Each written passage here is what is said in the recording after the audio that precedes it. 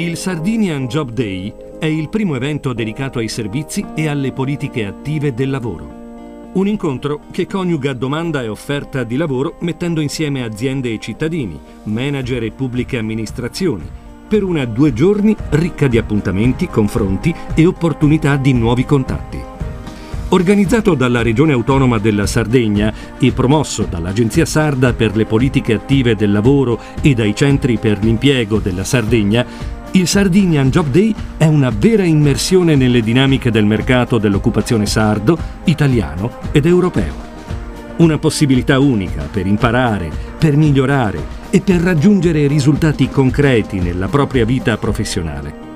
L'evento si tiene a Cagliari, nel quartiere fieristico di Cagliari, nelle giornate del 24 e 25 gennaio.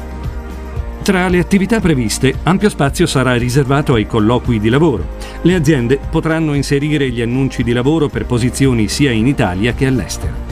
Gli interessati, a loro volta, potranno inviare le loro candidature. Saranno poi degli appositi professionisti delle risorse umane a occuparsi delle preselezioni prima dell'evento e successivamente delle selezioni durante il Sardinian Job Day.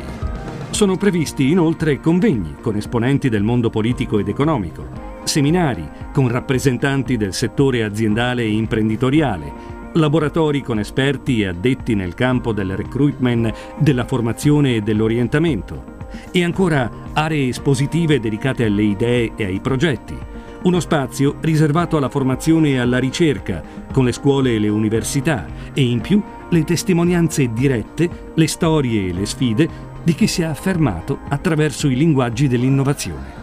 Il tutto sarà accompagnato da un'area food e da momenti di condivisione nella zona creatività. Il Sardinian Job Day è molto più di una fiera lavoro, è un evento da vivere, un modo per costruire una nuova opportunità per il futuro. Ti aspettiamo a Cagliari il 24 e 25 gennaio.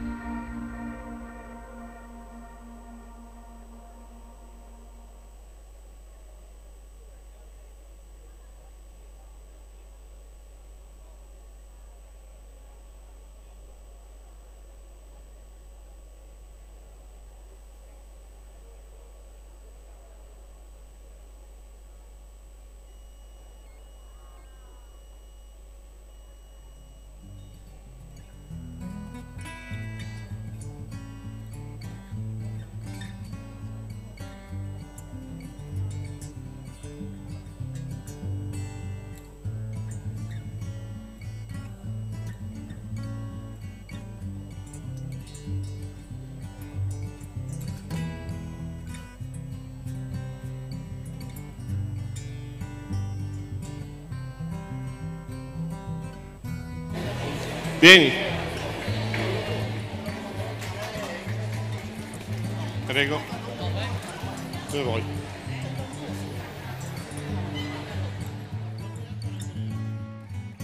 Sì.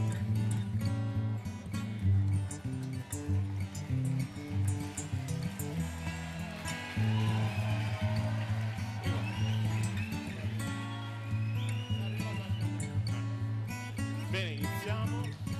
Prego.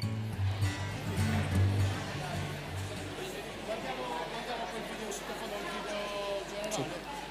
Manda il video, se iniziamo.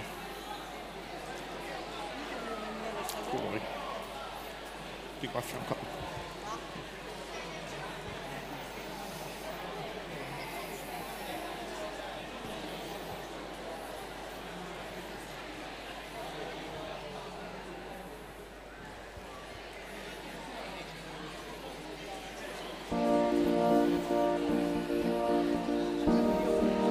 Il Sardinian Job Day è il primo evento dedicato ai servizi e alle politiche attive del lavoro. Un incontro che coniuga domanda e offerta di lavoro mettendo insieme aziende e cittadini, manager e pubbliche amministrazioni, per una 2 giorni ricca di appuntamenti, confronti e opportunità di nuovi contatti. Organizzato dalla Regione Autonoma della Sardegna e promosso dall'Agenzia Sarda per le politiche attive del lavoro e dai centri per l'impiego della Sardegna, il Sardinian Job Day è una vera immersione nelle dinamiche del mercato dell'occupazione sardo, italiano ed europeo. Una possibilità unica per imparare, per migliorare e per raggiungere risultati concreti nella propria vita professionale. L'evento si tiene a Cagliari, nel quartiere fieristico di Cagliari, nelle giornate del 24 e 25 gennaio. Tra le attività previste, ampio spazio sarà riservato ai colloqui di lavoro. Le aziende potranno inserire gli annunci di lavoro per posizioni sia in Italia che all'estero.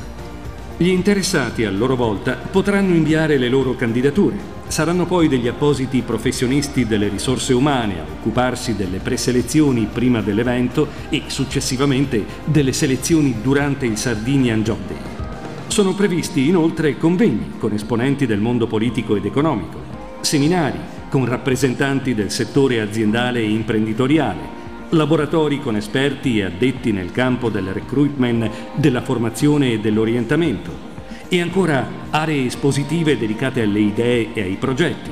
Uno spazio riservato alla formazione e alla ricerca, con le scuole e le università, e in più le testimonianze dirette, le storie e le sfide di chi si è affermato attraverso i linguaggi dell'innovazione. Il tutto sarà accompagnato da un'area food e da momenti di condivisione nella zona creatività.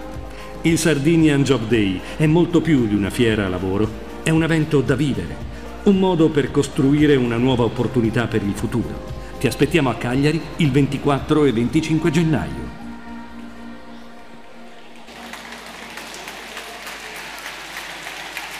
Bene, buongiorno a tutti. Eccoci qua di nuovo dopo l'incontro di ieri, che era un incontro molto legato alle politiche nazionali e regionali e agli strumenti a disposizione per migliorare il mercato del lavoro e lo sviluppo.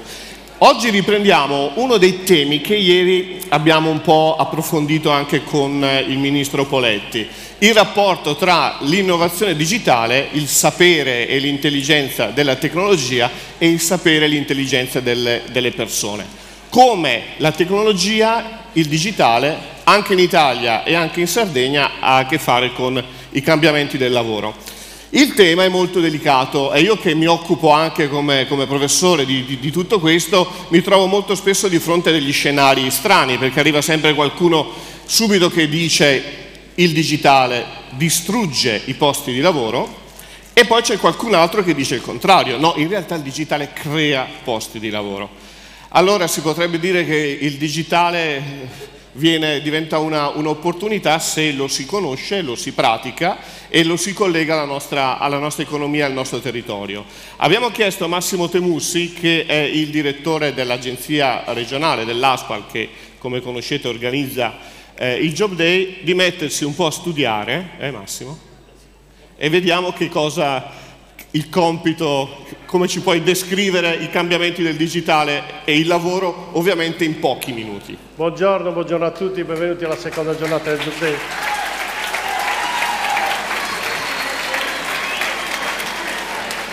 Intanto è un piacere vedere tanti ragazzi, perché sull'innovazione, io che non sono tanto ragazzo più ormai, ho lavorato tanto l'ultimo anno, abbiamo lavorato tanto con tutti i centri dell'impiego e devo dire, da un'iniziale preoccupazione si sta trasformando in un'opportunità. Abbiamo fatto tanti incontri anche con i paesi stranieri presenti e l'innovazione deve diventare soprattutto per voi un'opportunità. Ecco perché qua chiamiamo Sardegna X.0, perché ormai fra 2 o 3, 4.0 abbiamo perso il conto e l'abbiamo chiamata l'isola che si trasforma.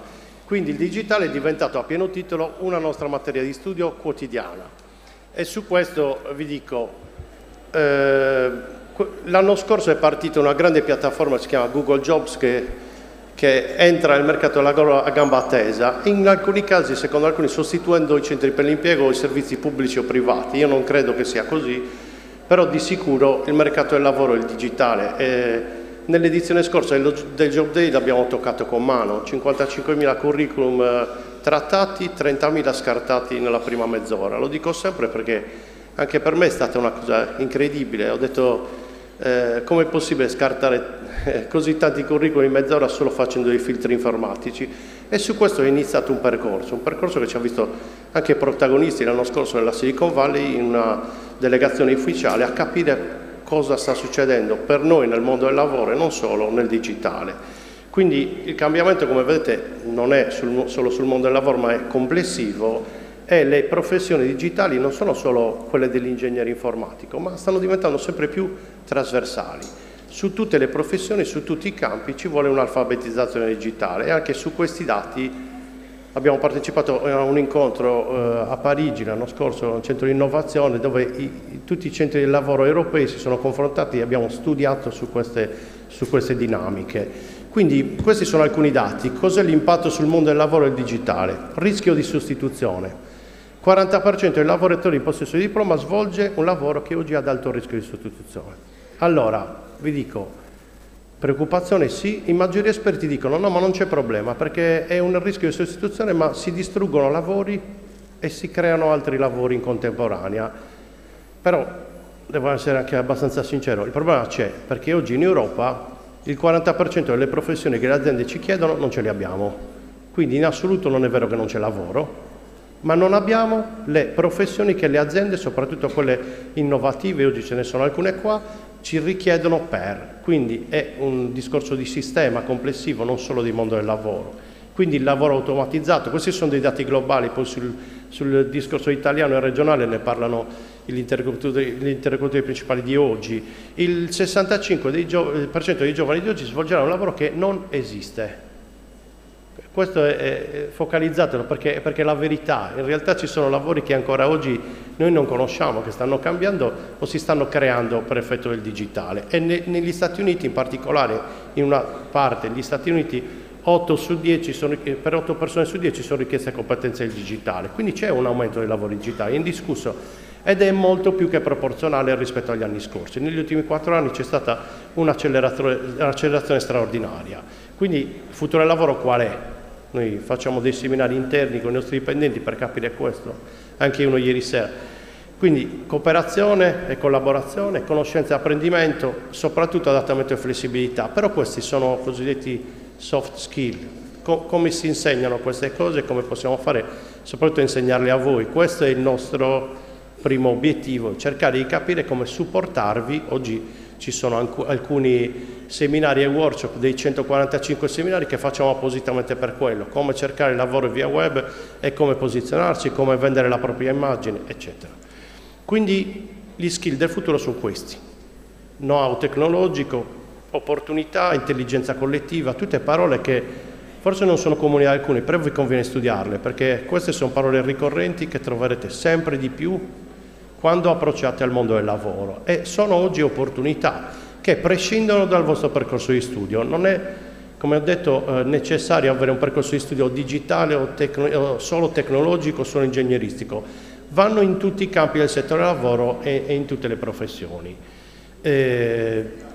Quindi creare opportunità, alfabetizzazione digitale, mantenere il contatto durante i colloqui, capacità di ascolto, funzioni ovviamente cognitive di base. Su tutte queste cose lavoriamo un po' sulla psicologia del lavoro e un po' come conoscenze nostre interne. Siamo i primi noi che quest'anno studiamo, abbiamo un programma di formazione per i nostri dipendenti piuttosto forte e massivo, perché alcune di queste competenze non ce le abbiamo e quindi cerchiamo di costruircele.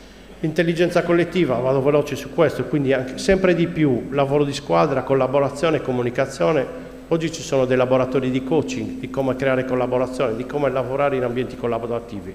Questo si fa nei coworking, si fa in ambienti che sempre di più hanno spazio nella vita quotidiana. Ecco, anche questa è una capacità difficile da creare, però il problem solving, diciamo, oggi l'abbiamo usato anche qua, il problem solving, perché in un evento così i problemi ce ne sono tanti e cerchiamo di trasformarli in opportunità. Sulla specializzazione lavorativa, ecco, su questo ci sono delle competenze specialistiche fondamentali e su questo io voglio richiamare la formazione. Ricordatevi che la formazione in un mondo in cui il lavoro è flessibile è la prima politica attiva, da quello si inizia e si riparte sempre, è una formazione long life learning, cioè è durante tutto l'arco della vita, e per cambiare lavoro o iniziare un lavoro è necessario avere della formazione prevalentemente certificata, con delle competenze dinamiche che non sono specifiche solo in un settore ma anche trasversali. E poi il know-how tecnologico, insomma, questo è, voi siete una generazione digitale, così ci dicono tutti i maggiori esperti, e sicuramente avete già delle capacità di base molto superiori a chi vi ha preceduto, però queste capacità vanno anche qua aumentate. Sulla mentalità preattiva, quindi coltivare curiosità e apprendimento permanente, ho già detto qualcosa. Adesso che cosa fa l'ASPAL? In questo mondo che cambia noi cerchiamo di dare e di fare dei servizi di politica attiva, cioè attrarre i giovani, meno giovani, tutte le fasce d'età ad attivarsi nel mondo del lavoro, perché in un mondo digitale questo è quello che si deve fare. E la mentalità proattiva e l'attività che noi chiediamo passa attraverso gli strumenti, in cui noi cerchiamo di insegnarvi le cose e tutte le altre persone devono venirci incontro e attivarsi in un percorso che non è un mordi e fuggi. Oggi qua ci sono in realtà oltre 4.000 opportunità di lavoro. Questi sono i dati, però il Job Day non è questo, non nasce per questo, non nasce per dare posti di lavoro in una giornata, nasce invece su tutti gli eventi collaterali per capire chi di voi magari cerca di avere un colloquio e non riesce, ecco, cerchiamo di capire perché il curriculum è fatto male, perché non ci sono delle competenze, si crea quindi un percorso virtuoso di ricerca attiva del lavoro ed è una ricerca che parte dall'attivazione di ognuno di voi. Lo facciamo chiaramente con modelli di servizio innovativo che saranno anche questi sempre più digitali. Abbiamo investito 3 milioni e oltre di euro con un progetto del Fondo Sociale Europeo per modificare la nostra piattaforma e lo facciamo attraverso i dati che studiamo quotidianamente. Questi sono i tanti progetti che oggi l'ASPAL fa, sia a livello regionale, nazionale ma anche comunitario, non entro nel dettaglio. Lo facciamo con iniziative sul territorio, con partner specialistici. Questi sono alcuni delle società che oggi sul digitale sono importanti a livello regionale, nazionale ma anche comunitario e che vivono in Sardegna come realtà economiche. Quindi, per chiudere, le iniziative che noi facciamo sono queste: ci dobbiamo attivare al cambiamento, modificare gli strumenti organizzativi di un ente pubblico che deve dare i servizi come pubblico ma differenti dal solito, fare della formazione mirata, comunicare e monitorare continuamente quali sono le modificazioni del mercato del lavoro che cambia sempre di più. C'è un modello di empowerment su cui stiamo lavorando e su cui cerchiamo di fare, come ho detto, prima di tutto noi un catalogo formativo, e questo è quello che dovevo dire come direttore dell'agenzia. Vi ringrazio per la presenza, buona giornata, buon Job Day. Allora,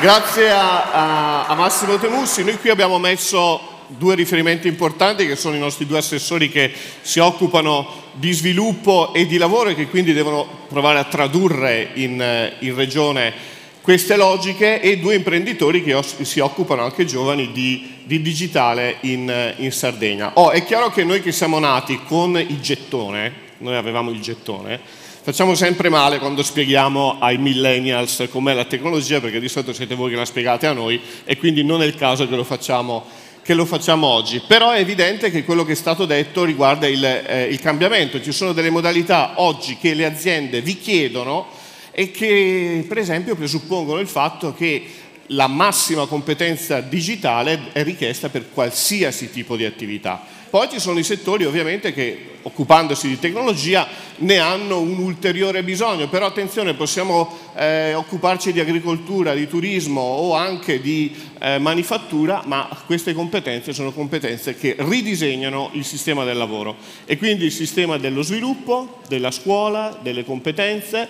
E per prima riflessione vorrei chiedere all'assessore alla programmazione Raffaele Paci che cosa state facendo come regione per accelerare questo processo di innovazione, per permettere al lavoro e alle competenze del sistema sardo di collegarsi a questa domanda che è presente in tutte le imprese, ovviamente anche nelle imprese che oggi sono qua e cercano giovani lavoratori. Buongiorno a tutti. Il tema è avvincente perché non è facile. Non è facile dire cosa può fare una regione, una pubblica amministrazione per accompagnare un processo che è straordinariamente veloce, straordinariamente difficile. Quindi noi possiamo dare alcune indicazioni, poi è ovvio che molto lo devono fare le imprese, molto lo deve fare la scuola, lo deve fare l'università. Allora, partiamo da un punto, che erano le cose che ci richiamava prima Temusi. Il 65% dei mestieri del futuro ancora non li conosciamo, quindi è difficile, no? Dire, beh, allora cosa dobbiamo formare?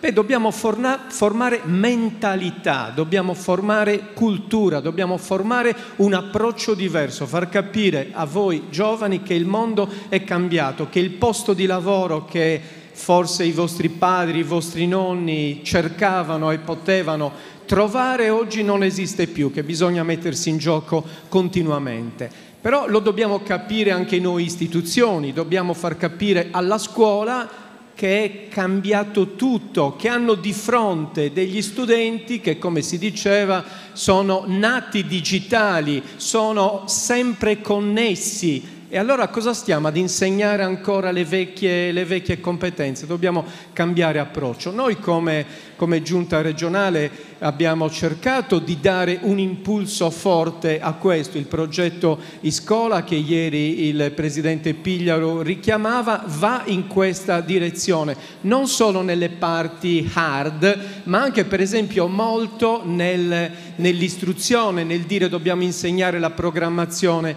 a tutti i livelli. Dopodiché facciamo molto per le imprese, in tutti i settori. Questo dell'information technology è un settore trasversale, ma pensiamo all'aerospazio. Proprio qualche giorno fa si è chiuso il bando per l'aerospazio e hanno vinto molte imprese di information technology della Sardegna, che si mettono a fare innovazioni in settori tradizionali come per esempio l'agricoltura. Allora è, ripeto, un ecosistema.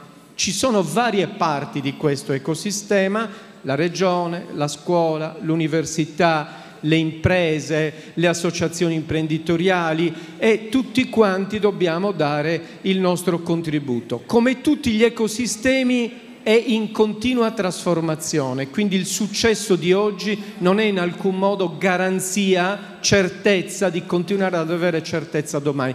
Dobbiamo correre, dobbiamo continuamente cambiare ed essere in grado di adattarci. Ripeto, noi abbiamo tante politiche, la nostra strategia di specializzazione si basa esattamente su questo, si basa sull'idea che le nuove tecnologie, le tecnologie digitali devono riuscire a permeare tutto il sistema anche nei settori tradizionali. Quindi la Regione Sardegna lo sta facendo, ci sono anche un po' di alcuni milioni di euro, poi magari nella programmazione regionale poi magari ce lo dice, perché in questo mondo poi viaggia anche con i numeri, quindi e anche questo è importante. Io non sono così preoccupato, perché Massimo ci ha fatto vedere prima i dati americani, ma gli Stati Uniti da questo punto di vista sono un po' un altro mondo. Loro devono fare tanta innovazione perché hanno poca tradizione.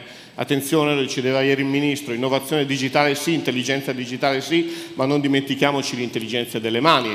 La nostra tecnologia fortunatamente non fa altro che innovare la nostra storia economica, la nostra tradizione. Io volevo chiedere a Pierluigi, che è il titolare di una società che ha un nome latino, Abinsula. Abinsula.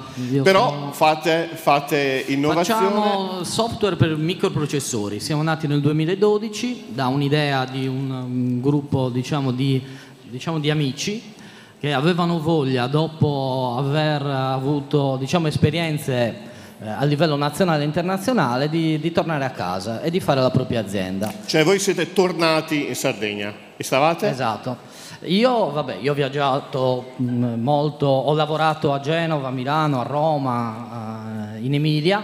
Poi nel 2012 abbiamo deciso appunto di questa pazza idea. Il 2012 era in piena crisi, quindi ci hanno preso un po' per matti. Poi quando siamo andati anche un po' a spiegare cosa voleva fare l'azienda, ovvero software per microprocessori qua in Sardegna, poi nel campo delle auto. Noi siamo specializzati nel software per le centraline delle auto, lavoriamo per grossi marchi. Lì ci hanno preso per un po' per matti. Automotive in Sardegna non gli suonava bene. Ma il marchio, il vostro mercato non è solo sardo? Noi facciamo il 90-95% del fatturato fuori dalla Sardegna. Quindi è possibile fare in Sardegna un'attività che ha il 90% del fatturato fuori dalla Sardegna? Diciamo che per noi lavorare in Sardegna è stato solo un vantaggio.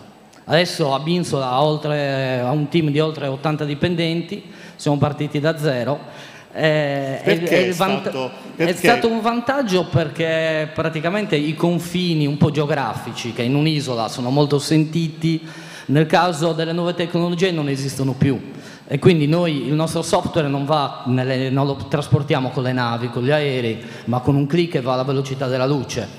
Abbiamo preso da poco dei clienti anche in Cina e loro magari non sanno neanche la differenza tra Sassari, Milano, Torino, e quindi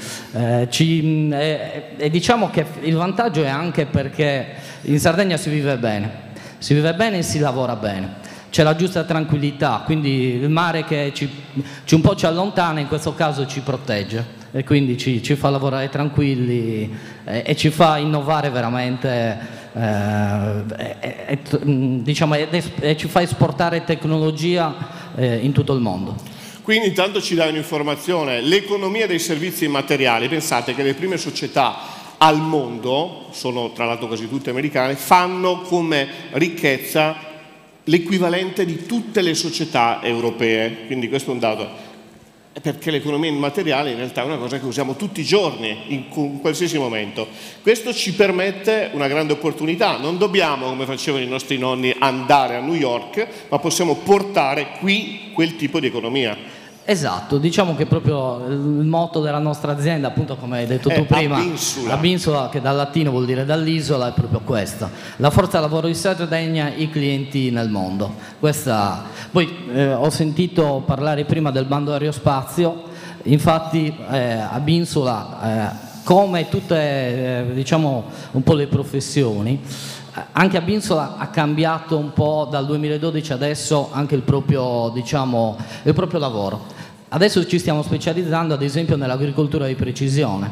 Nel precision farming, agricoltura di precisione. L'agricoltura di precisione, io faccio questo lavoro ogni giorno e imparo una nuova. Agricoltura di precisione. Agricoltura di precisione, infatti anche noi abbiamo presentato il bando aerospazio che appunto con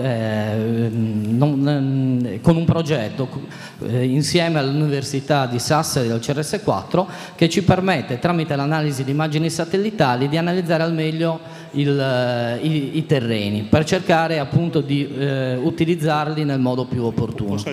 Quindi diciamo che c'è anche un mix tra tradizione e nuove tecnologie, è quello che a noi piace. La Sardegna si può sicuramente specializzare, agricoltura di precisione o altre cose simili, e possiamo creare veramente dei centri di competenza a livello internazionale.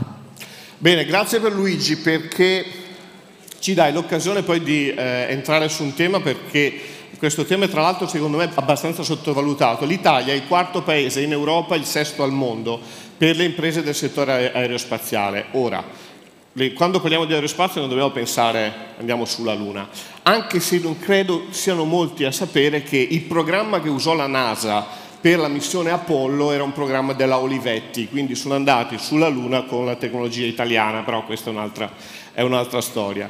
In realtà l'aerospaziale è tutto quello che ha a che fare con i satelliti, con tutto ciò che poi va a ricadere sulle applicazioni del cellulare, e quindi si tratta di un sistema che si crea e si diffonde ovunque in Italia, e poi magari se riusciamo, perché forse abbiamo anche qui una responsabile del distretto della Sardegna, magari cerchiamo anche di affrontare con lei questo tema. Ora, ci diceva Pierluigi di una cosa abbastanza significativa: loro sono rientrati da fuori.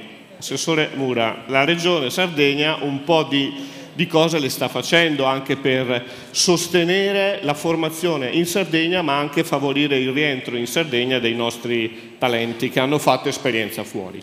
In ragione di quello che ci diceva prima Pierluigi, cioè non pensiamo che queste attività necessariamente si debbano fare a Milano o a Londra. Innanzitutto buongiorno a tutti, consentitemi di ringraziare chi ha organizzato questa 2 giorni di festa. Normalmente si pensa alla pubblica amministrazione come qualcosa di polveroso, di antico, di immobile. Ebbene, la dimostrazione che anche la pubblica amministrazione, quando c'è l'impulso, la volontà di funzionare, di dare risposte, credo che questa sia proprio la dimostrazione più importante. E ci tengo in particolare a ringraziare tutti i colleghi dei centri per l'impiego che hanno da parte loro anche reclutato le imprese che si trovano degli stand. È stato uno sforzo importante far incontrare tutti questi mondi. Voi vedete che c'è la scuola, c'è la formazione professionale, ci sono le imprese, ci sono le agenzie private, perché noi abbiamo creato un sistema integrato pubblico-privato, contiamo molto sul pubblico ma contiamo anche sul privato, ci sono le forze armate eccetera. Questi 2 giorni hanno in pratica dimostrato quello che faticosamente nei centri per l'impiego riformati, chiamiamoli così, si fa tutti i giorni, cercare di favorire l'incontro fra domanda e offerta di lavoro. Anche perché, venendo alla domanda, molti ragazzi spesso emigrano perché non hanno le competenze necessarie per affrontare il nostro mercato del lavoro e quindi anche perché prima non avevano nessun punto di riferimento, nessuno in grado di orientarli e di spiegare proprio le cose che oggi noi stiamo dicendo ai nostri ragazzi, cioè l'importanza di avere competenze e soprattutto anche l'importanza di avere prima di tutto un titolo di studio, perché è dimostrato che chi ha un titolo di studio, la laurea e in secondo ordine il diploma, ha più possibilità di entrare più velocemente nel mercato del lavoro. Ma è molto importante anche l'aspetto della formazione professionale che deve dare quelle competenze che sono necessarie alle nostre imprese. Quindi il lavoro che noi stiamo portando avanti è proprio quello di conoscere il fabbisogno formativo delle imprese in modo da orientare i ragazzi e predisporre quel tipo di attività corsuale più rispondente anche alle esigenze dei territori. Se lui cercherà delle competenze le potrà trovare in Sardegna. Lui adesso non avrebbe più bisogno di andare in continente. Noi abbiamo recentemente finanziato e sono in corso l'attività formativa relativa alla Green e Blue Economy, nella quale appunto queste competenze di carattere digitale sono assolutamente trasversali a tutti i tipi di attività che vengono realizzate e quindi stiamo dando una risposta importante, non solo, sottolineo quello che diceva prima il mio collega, non solo per quanto riguarda il lavoro dipendente, ma stiamo promuovendo, affiancando e assistendo anche alla nascita del lavoro autonomo grazie a queste attività formative, il lavoro autonomo che poi può dare grandi soddisfazioni con la possibilità poi di assumere altri giovani, così come hanno fatto gli interlocutori che abbiamo qui a fianco. Bene, grazie Assessore, anche perché ci dà l'occasione di capire 2 cose. Primo, se non abbiamo chiare le nostre idee per chiarirci anche quello che possiamo trovare in Regione, c'è l'orientamento, quindi ci sono i servizi pubblici, quelli privati, accreditati, che ci possono dare le informazioni. E poi ovviamente ci sono anche, fortunatamente, corsi di formazione che rispondono ai fabbisogni delle imprese. Io vorrei far salire Alessandro Gallo di LinkedIn Italia. Vieni.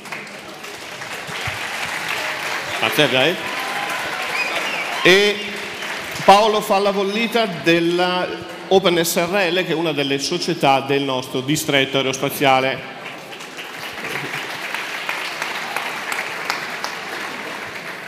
Allora, ti colgo subito Paolo, se puoi prendere il microfono, perché... Buongiorno a tutti. Come sta andando? Qual è l'evoluzione delle opportunità nel distretto in Sardegna? Perché io di solito il Piemonte, la Lombardia, la Puglia, e invece qualcosa si muove anche qua. Certo, allora innanzitutto vi ringrazio tutti per darmi questa opportunità di partecipare a questo workshop. Io mi chiamo Paolo Fallavollita e vengo dall'ambiente universitario. Insieme ad altri ingegneri abbiamo fondato nel 2010, vincemmo il premio dell'innovazione in Sardegna, una società che si chiama Oben, che in tedesco significa dall'alto, quindi capite che ci occupiamo di teleriscaldamento nel senso più lato e ultimamente molto specifico nel settore dei droni, quindi dei cosiddetti aeromobili a pilotaggio remoto, che stanno diventando insomma una piccola rivoluzione industriale con aspettative sempre crescenti, un mercato in espansione esponenziale. E lo vediamo tutti, quando noi abbiamo iniziato nel 2010-2009 erano oggetti abbastanza misteriosi, chi si avvicinava mentre li testavamo dicevamo che era un robo volante. Perché adesso un reporter che non abbia il drone è considerato... Esattamente, non sei nessuno se non hai un drone. E quindi il bello di questi oggetti è che oltre ad essere utilizzati in 1000 campi diversi e che sono molto multidisciplinari, quindi sono interessantissimi dal punto di vista didattico soprattutto, oltre che quello applicativo, perché appunto sono un mix di competenze e tecnologie e compartimenti scientifici molto vari. Si passa dalla chimica alla fisica, all'elettronica, all'informatica, alla meccanica e tutto quello che c'è ancora. Quindi questi oggetti noi abbiamo cominciato a utilizzarli e la nostra società appunto si occupa di formazione, di realizzazione, progetto e servizi su questo tipo di tecnologia, e chiaramente è un mondo che attira molto i giovani e io sono anche qua seduto proprio per farmi testimone di una possibile via per i giovani. Già in Sardegna sono molte persone che si occupano di questo tipo di attività, e un mercato ancora tutto da scoprire. Ecco, il tuo mercato dove si trova? In Sardegna o anche fuori? Noi abbiamo 3 sedi, una in Sardegna dove siamo nati, abbiamo sede legale qui, apparteniamo al distretto aerospaziale. Nel pomeriggio presenteremo un progetto importante rivolto appunto ai giovani nel settore appunto delle applicazioni soprattutto da drone.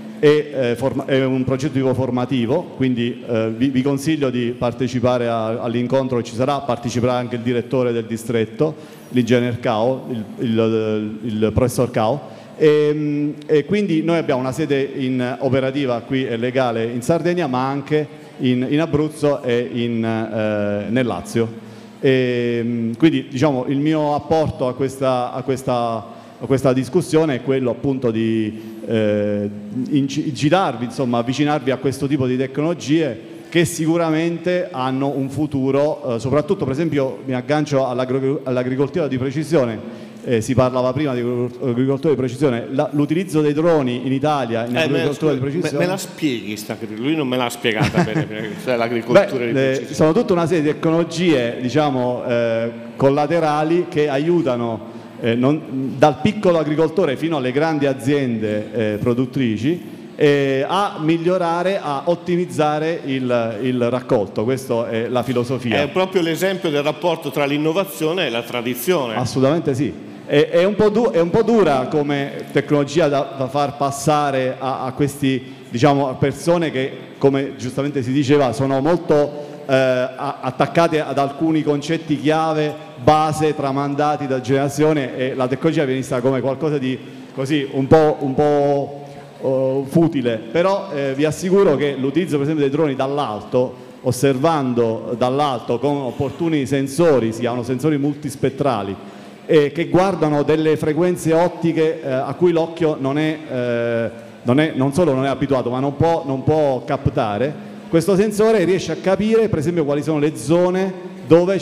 dove la pianta sta soffrendo, zone dove c'è un parassita, e quindi con un semplice volo che può durare 5 minuti su estensioni di ettari, decine di ettari, voi avete una mappa dettagliata delle zone dove intervenire. Quindi questo soprattutto comporta risparmi, perché fitofarmaci, prodotti contro questi infestanti sono molto costosi, e soprattutto l'ambiente vi ringrazierà, perché appunto abbiamo ridotto l'utilizzo di queste sostanze che non sono proprio molto molto gradite dall'uomo. E quindi Paolo ci dimostri che in realtà la tecnologia può servire non a distruggere ma a migliorare addirittura l'ambiente. Quindi assolutamente. Lo strumento è uno strumento, dipende da noi il fatto di farlo, di usarlo per fini positivi o negativi. Grazie Paolo. Grazie a voi.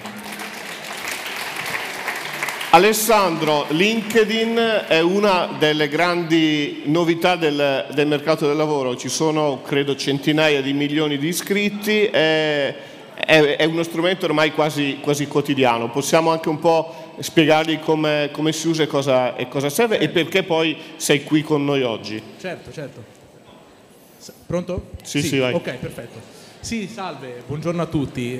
Sì, confermo, LinkedIn è uno strumento che in questo momento a livello mondiale ha raggiunto più di 530 milioni di utenze, di professionisti, quindi che si calano all'interno di questo social network nella loro veste professionale, che condividono contenuti in maniera diciamo estremamente valida e utile, anche nel caso appunto, come raccontavo oggi ai ragazzi, nel caso in cui ci siano persone che si vogliano orientare, no? Quindi a tutti gli effetti sta sempre di più diventando un posto all'interno del quale domanda e offerta di lavoro si vanno ad incontrare, ma proprio perché ci sono questi professionisti che raccontano, molto spesso sono persone che hanno creato delle industrie, quindi sono i cosiddetti massimi esperti di quella determinata tematica, che si raccontano, può diventare un modo per i ragazzi per orientarsi nel loro prossimo passo dal punto di vista professionale. Su LinkedIn ci mette la foto, il curriculum, le esperienze e poi si comunica con tutto il mondo. Sì, si comunica con tutto il mondo, si scrivono post. Io ad esempio oggi ho fatto un post ringraziando il direttore per avermi invitato, perché credo che questo tipo di iniziative, di momenti nel raccontare anche come LinkedIn può aiutare un ragazzo nell'orientarsi correttamente nel suo passo successivo, sia un valore importante da portare al territorio. Ti faccio una domanda, mi risulta che alcuni di questi social network, prendendo spunto da LinkedIn, ma anche Facebook, la smettono di essere soltanto un luogo di chiacchiera e cercano di essere sempre più utili anche per l'incontro tra la domanda e l'offerta, per lo studio, per il lavoro. Vi stanno copiando? Com'è che funziona? Ma ci stanno copiando. Diciamo, la realtà dei fatti è che ogni social network nasce con una determinata finalità. Io oggi ai ragazzi, quando faccio i miei workshop, racconto non tutti i social network vanno utilizzati per le stesse finalità, quindi se devo mettere una foto ha molto senso usare Instagram, se devo raccontare della mia vita privata ha molto senso usare Facebook. Ecco, se dobbiamo parlare di vita professionale, di competenze, skill, e parliamo di argomenti in cui io magari mi sento di poter dare del valore perché sono una persona competente in quel determinato ambito, evidentemente LinkedIn è il posto all'interno del quale le persone possono appunto calarsi nella loro veste professionale. E il loro business è che più tu lo usi per motivi di scambio commerciale, più devi pagare, perché entri in sistemi specifici. No. È così? Ti ho provocato? No, la realtà dei fatti è che noi abbiamo in questo momento, giusto per darvi un dato, fatto 100 gli utenti di LinkedIn tra aziende e privati, solo il 5% è un'utenza a pagamento, quindi l'aspetto positivo, bello, è che continua a essere uno strumento utile anche a fini sociali in modo gratuito. Oggi questo lo sto dicendo ai ragazzi, dico ragazzi, questo è un ulteriore strumento nella vostra utilità quotidiana tra i vari Snapchat, Facebook, che però ha una valenza non indifferente, cioè perché se tu sei laureato, sei specializzato, hai fatto un tirocinio, hai fatto qualcosa, se lo metti su LinkedIn ci possono essere in automatico persone che conoscono cercano e che ti possono cercare. Certo. Assolutamente sì. Oggi ho fatto un esempio con alcune classi che erano presenti al mio workshop. Evidentemente nell'era della globalizzazione questa è una vera e propria vetrina espositiva di se stessi e delle aziende, delle posizioni che le aziende ricercano a livello mondiale. L'esempio di oggi, abbiamo fatto una simulazione cercando una posizione come designer alle isole Hawaii. È venuto fuori che c'erano 260 posizioni aperte. Io evidentemente non sto invitando i ragazzi ad andare fuori, però quello che dico è che inseguire i propri sogni in virtù di quello che è un'aspirazione professionale a volte ti porta fuori dalla tua area geografica. Ecco, grazie Alessandro, perché tu ci introduci un tema. Il primo lavoro di Abinso è stato preso su LinkedIn nel 2012. Bellissimo, sì? Grazie per questa Cioè, qua apposta. Proprio perché non avendo una forza commerciale che giri per l'Italia, avere una piattaforma informatica ci ha permesso praticamente di fare proprio una nostra vetrina che è stata vista appunto da un cliente veneto e lì abbiamo fatto il primo nostro progetto.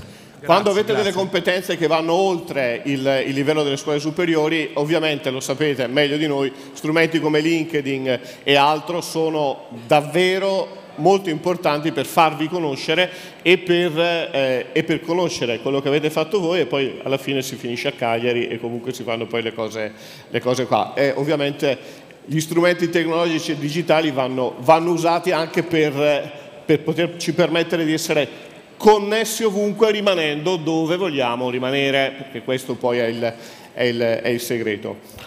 Volevo chiedere ad Andrea Cacciaro, tu ti occupi di una società che si occupa di formazione per il digitale, e che cosa stai trovando in questa regione? Qual è la domanda dei tuoi clienti e come ti relazioni con i ragazzi? Allora, io sono Andrea Cacciaro, sono direttore di un'agenzia formativa accreditata alla Regione Sardegna e diciamo che per rispondere alla tua domanda ci siamo un po' cascati dentro, nel senso che ci siamo sempre affidati a una direzione di formazione classica, quindi più tecnica. Quando è venuto fuori, lì c'è l'amico Paolo Fallavolita,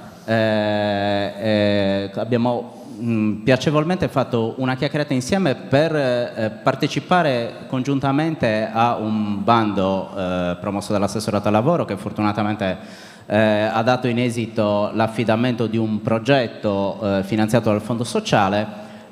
Abbiamo ragionato su un'affermazione, ovvero i soci del distretto aerospaziale sono costretti ad acquisire forza lavoro dall'estero.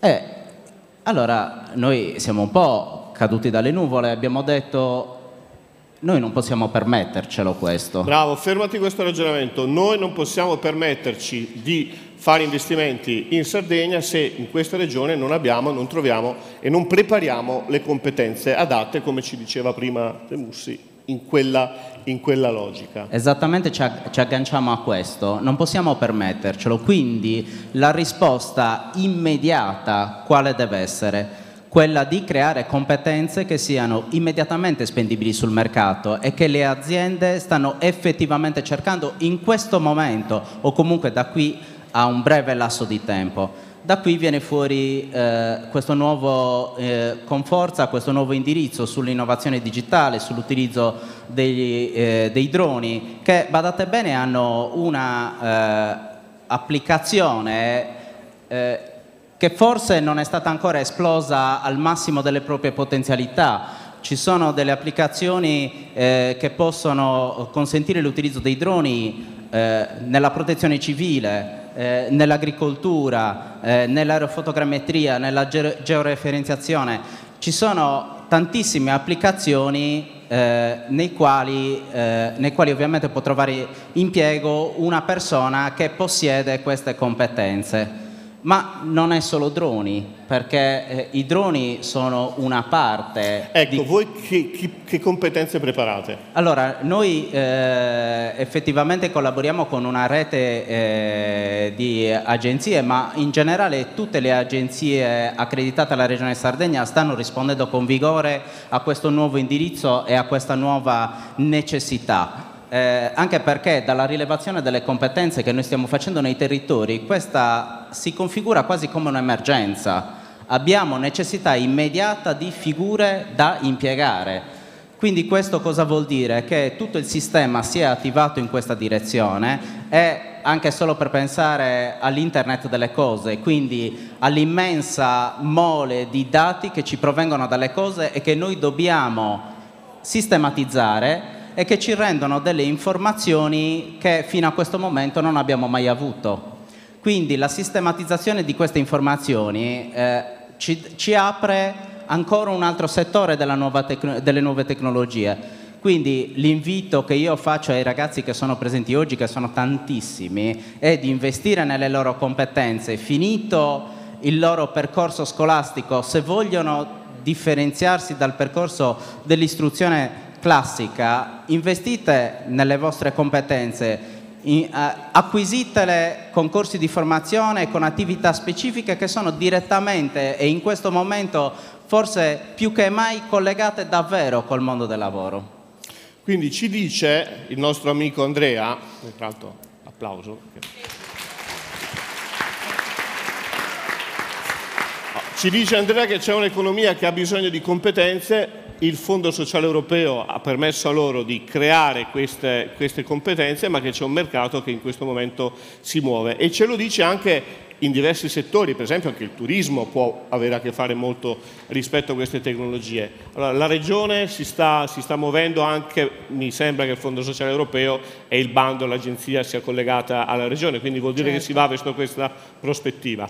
Certo, ne parlavo appunto prima di questi bandi Green Blue Economy, ma adesso è stato citato il settore turistico, è stato un settore che nel corso del 2017 ha avuto diciamo delle performance molto importanti, è stato trainante. Io sono in condizioni di dirvi quali sono stati i dati: 80.000 avviamenti nel settore turistico nel corso del 2017, quindi con un miglioramento del 29% rispetto all'anno precedente, che pure era stato un buon anno, e con allungamento, la cosa molto importante, anche con un allungamento della stagione turistica e quindi dell'occupazione degli addetti in questo settore. Per quanto riguarda l'occupazione, la fascia di occupazione giovanile, quindi proprio dei più giovani, dai 15 ai 24 anni, nel corso del 2017 sono stati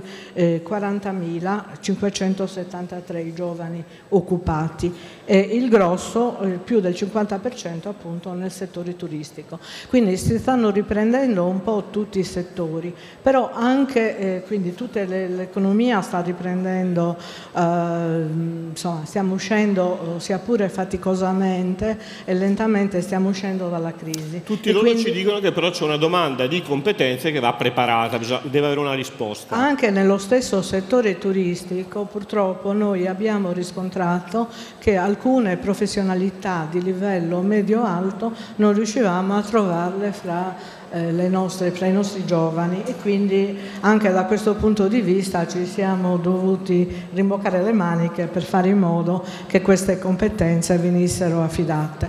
Tra l'altro nella nostra regione, noi spesso ce lo dimentichiamo, ma abbiamo un tasso di dispersione scolastica molto elevato, sul quale si sta incidendo, stiamo raggiungendo ottimi risultati, quindi un calo, però siccome partivamo da un livello molto alto, noi abbiamo anche questa situazione che riguarda i giovani, e ognuno, diciamo, ogni istituzione deve fare la sua parte, così come la Giunta regionale sta investendo moltissimo su iScola, che non è solo mettere a posto le scuole, ma anche consentire di usare nuove tecnologie, eccetera, di poter coinvolgere i docenti, gli allievi e poter rendere la scuola più accogliente e quindi evitare che i ragazzi vadano via. Anche per quanto riguarda gli aspetti della formazione professionale stiamo cercando di incidere. Per la prima volta in Sardegna sono partiti col Fondo Sociale Europeo i corsi di istruzione e formazione professionale triennali che non esistevano, per recuperare proprio quei ragazzi che sono andati via e che così possono non solo conseguire una qualifica spendibile nel mercato del lavoro, ma anche, se possibile, rientrare poi in un percorso scolastico tradizionale. Quindi diciamo stiamo svolgendo tantissime attività proprio perché vogliamo evitare che i nostri giovani vadano all'estero, oppure vogliamo anche che i nostri giovani vadano all'estero, quindi favoriamo in alcuni casi gli studi all'estero, l'acquisizione di esperienze all'estero, però cercando di predisporre un terreno fertile che possa poi riaccoglierli quando porteranno il loro know-how nella nostra terra. C'è un programma che si chiama Master and Back. C'era un programma che tuttora esiste, diciamo la coda del programma Master and Back, che ha consentito a molti ragazzi appunto di acquisire competenze. Molti sono rimasti fuori perché hanno trovato la possibilità di avere un'occupazione importante di qualità all'estero, però noi appunto dobbiamo lavorare per consentire di far tornare, perché vogliamo crescere anche noi e non possiamo perdere i giovani che sono la speranza del nostro futuro. Anche perché poi se si torna ovviamente non è che si torna per andare in spiaggia, ma per fare quello che state facendo voi. Quindi ci sono molte risposte alle domande che hanno a che vedere anche con una programmazione della formazione adatta al mercato del lavoro, che significa anche cambiare un po' di cose rispetto al passato. Voglio dire che fino a non molto tempo fa c'era una summa divisio tra istruzione e formazione. Erano due mondi completamente diversi che non tenevano conto comunque entrambi delle esigenze del mercato del lavoro. Adesso questo salto è stato effettuato sia dall'istruzione, ma per quella parte che mi riguarda soprattutto, ripeto, dalla formazione professionale. E noi adesso, grazie ai fondi che sono stati recuperati nella finanziaria regionale per un programma che abbiamo chiamato Lavoras, dove RAS per Regione Autonoma della Sardegna, ma anche per ricollocazione, attivazione e sociale, vogliamo fare in modo anche di individuare degli assegni, la possibilità di dare, non uso il termine voucher che è un termine ormai diventato negativo, quindi uso il termine assegno, degli assegni formativi per assegni digitali, direi, assegni digitali formativi per consentire alle nostre ragazze. A proposito di ragazze, voglio sottolineare un altro aspetto, perché esiste un divario importante di genere per quanto riguarda anche le professioni informatiche, la digitalizzazione, eccetera. Quindi bisogna spingere le ragazze. Dobbiamo spingere le ragazze che dai dati che noi abbiamo dimostrano maggiore propensione per gli studi umanistici verso, cioè continuare a fare gli studi umanistici se quelle sono le loro aspirazioni, però ad acquisire anche quelle competenze importanti in materia digitale. Quindi favoriremo il ricorso a questi assegni formativi digitali da parte delle ragazze. Assegni formativi digitali, bene, questa è anche un po' una notizia per la stampa. Assessore Paci, qui c'è da tenere insieme un sistema, lo sforzo, ce lo diceva prima Virginia Mura, di collegare istruzione, formazione e lavoro si sta compiendo, cerca di dare qualche risposta, però la programmazione ha la sfida proprio di tenere insieme il sistema Sardegna da questo punto di vista, quindi lavoro, formazione ma anche sviluppo, infrastrutture. Cosa sta accadendo? Ma sta accadendo tanto, pensiamo al piano per la Sardegna, 3 miliardi che servono per dare una scossa forte alle nostre infrastrutture. Siamo indietro, siamo troppo indietro, dobbiamo rivedere le strade, le ferrovie, il nostro sistema idrico, ma dobbiamo avere connessioni di trasporti più frequenti, più rapide con l'esterno. Quindi stiamo lavorando in tutti i settori, lavorando con le imprese, bandi per le imprese di ogni tipo che puntano all'innovazione, a finanziare l'innovazione, le start-up, la crescita di nuove imprese. C'è un grande dinamismo e i risultati iniziano a vedersi, no? Il PIL finalmente sta crescendo, la disoccupazione si riduce, ci sono nuove opportunità di lavoro, migliaia di posti di lavoro in più. Quindi è uno sforzo continuo di mettere a sistema queste cose. Abbiamo un turismo che ci può dare grandi opportunità. Si parlava prima dell'agricoltura, ma di un'agricoltura moderna, o di un'agricoltura che possa essere veramente competitiva e non solo assistita. I beni culturali, alcune cose non ce le può copiare nessuno. Certe produzioni è inutile che pensiamo di continuare a tenerle in Sardegna, perché arriverà un competitore.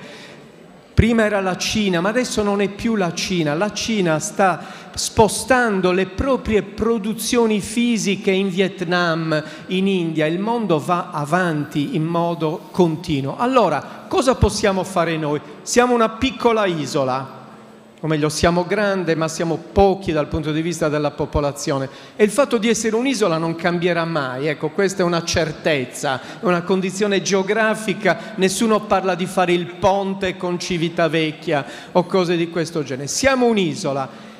E un'isola che però ha a che fare con le tecnologie che hanno cambiato tutto. Prima si parlava dell'internet delle cose, per intenderci stiamo parlando del fatto che ci sono queste stampanti 3D che attraverso semplici software che possono arrivare dall'altra parte del mondo, cioè posso avere la persona che sta guidando la macchina che costruisce qui davanti a noi un oggetto. Quella macchina può essere guidata da qualcuno che è a Singapore o a Hong Kong. Capite che questo ribalta completamente l'orizzonte produttivo. Prima le produzioni fisiche erano solo, lo dicevamo, in Cina, ma adesso c'è l'opportunità di averle qui, se noi abbiamo la capacità di fare, di stargli dietro, e allo stesso tempo possiamo essere noi dietro quelle console, dietro quei computer che stanno guidando le cose da altre parti. Ma questo sta cambiando in tutti i settori. Una volta che l'operazione chirurgica viene fatta, e la fa meglio, dai robot, dalle macchine, dai laser, dietro quel laser il chirurgo può essere dall'altra parte del mondo, ovviamente avendo una banda larga efficiente, perché il blackout durante un'operazione chirurgica non lo vuole avere nessuno. Cosa sto dicendo? Sto dicendo che il mondo è cambiato, che la rivoluzione è totale. Allora noi nella nostra piccola isola possiamo avere enormi opportunità e le imprese che avete sentito qui ce lo dimostrano. Si può stare in Sardegna e si può esportare attraverso la tecnologia, attraverso il digitale, attraverso la rete i propri prodotti dappertutto, ma stando qui continuiamo a godere di una qualità della vita fantastica e sappiamo che certe cose nessuno ce le potrà mai copiare, la nostra identità, la nostra storia, la nostra tradizione, i nostri beni culturali, il nostro mare. Ovviamente tutte queste cose le dobbiamo pensare in un modo moderno, in un mondo digitale, attraverso questa idea di industria 4.0, e il compito nostro è continuare a mettere a sistema questi elementi e cercare di far capire ai nostri giovani, alle nostre imprese, che in questo mondo totalmente diverso, totalmente cambiato, c'è posto certamente anche per noi. Grazie Assessore Paci. Solo due considerazioni. La prima, ovviamente dobbiamo cercare di rimanere il più possibile in uno dei posti in cui si campa di più al mondo, questo è chiaro ed è quello che ci viene. Però facendo anche un altro studio, io mi sono informato rispetto ad alcune ricerche su un punto. Oggi i territori si vendono come brand, come marchio, non c'è più il marchio azienda, c'è un marchio territorio. E c'è una cosa che forse in Sardegna si sa poco, che rispetto ad alcune ricerche internazionali sui brand regionali italiani, sembra che la Sardegna abbia come attrattività addirittura sia al secondo posto al mondo dietro la Toscana. E se tu hai una reputazione, un riconoscimento come territorio molto molto attrattivo, questa è la base per creare grandi potenzialità economiche che non riguardano soltanto il turismo, riguardano tutto quello che c'è, che si fa in Sardegna. Io credo che sia un po' questa la prospettiva, cioè fare in modo che quello che ci arriva come riconoscibilità dall'esterno diventa anche un'occasione per creare lavoro e sviluppo. Non sottovalutiamo la Toscana, sono 6 secoli che lavora il suo brand Tascani nel mondo. La Sardegna è un po' da meno, ma è già al secondo posto, quindi ci sono molte opportunità. Io concluderei con un video, perché c'è una video intervista che è stata fatta e che vorrei fosse lanciata sull'opportunità al mercato del lavoro dei giovani e lo sviluppo in Sardegna del nostro Presidente, con cui concludiamo questo incontro di stamattina. Per cercare lavoro, si mettono in gioco. Si mettono in gioco, sanno di dover essere attivi, perché oggi il lavoro è una cosa un po' diversa da prima. Prima arrivava una grande impresa e poteva assumere 10.000 persone in un petrolchimico, quel mondo non c'è più, non so se per fortuna o per sfortuna. Oggi il lavoro è una cosa che richiede molte più competenze. Quando noi parliamo sempre dell'importanza di investire in istruzione, quando lavoriamo sulle scuole, è perché sappiamo che in questo mercato del lavoro dobbiamo portare competenze. Diciamo spesso che i 10 lavori più cercati oggi, 10 anni fa, non erano conosciuti. Quindi il mondo è cambiato ed è importantissimo vedere migliaia di giovani qua, perché anche se non stanno cercando il lavoro per domani, si orientano e sanno che magari gli servirà una certa competenza digitale piuttosto che un'altra, o che l'agricoltura o il turismo chiedono certe competenze invece che altre. È un lavoro di enorme importanza.